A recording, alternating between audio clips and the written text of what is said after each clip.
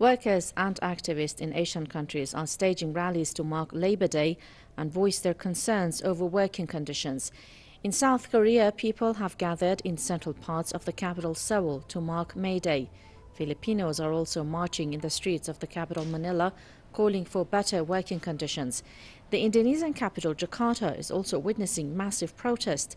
Other Asian countries are expected to stage demonstrations to mark May Day. European and American people are also preparing for protests to voice their anger at their government's austerity policies. May Day has traditionally been used to promote workers' rights and protest poor labor conditions.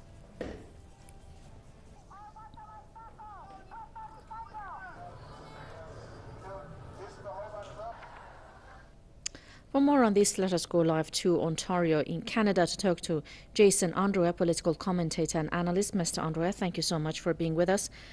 What are some of the common grievances of workers around the world today? Well, one of the biggest things right now is, of course, workers' rights. With the great divide between the first and the third world, there's a great deal of oppression against third world workers. Much of it has to do with wages. The global imbalance in wealth leads to all kinds of, immiseration for working peoples. Right now, the UN decided that I think the general understood definition of poverty line for the vast majority of the world's population is about $2 a day, and which translates to about 700 some odd dollars a year. And with wages this low, poverty is widespread. And in fact, in many cases, it's actually more expensive to live in the third world than it is to live in the first world.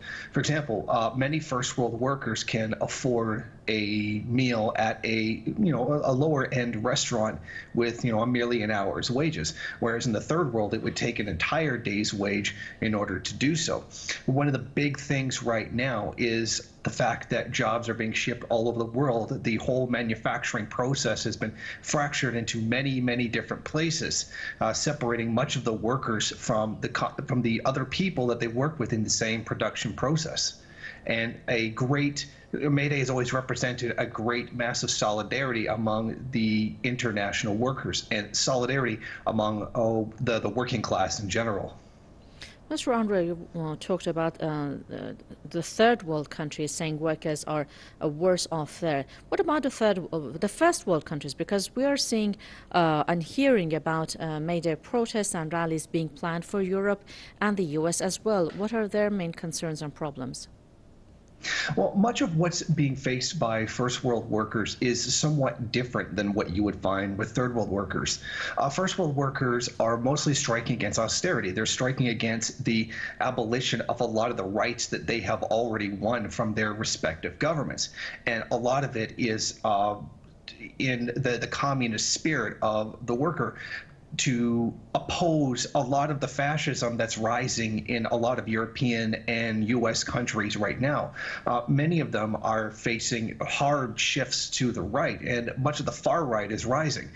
May Day right now, a great show of solidarity among working peoples in the first world, would be a very strong message to those reactionary forces that their politics is not okay.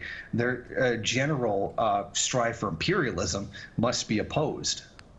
And how has globalization, you referred to that earlier, if I'm not wrong, how has globalization affected workers' conditions worldwide? Oh, it's had a negative effect in general. It's broken up much of the production process among different groups of workers. Someone involved in the production process of a computer can be assembled in the United States. The tin can be mined out of Bolivia. The sulfur components, the gold components can come from Africa and all around the world. There's a great division among workers who do not see each other.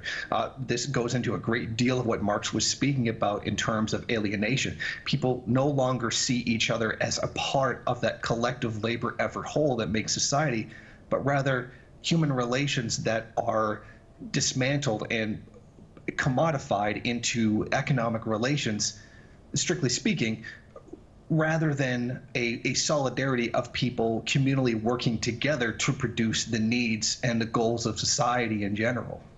Thank you so much, Mr. Unruhe. Jason Unruhe, political commentator and analyst, joining us live from Ontario.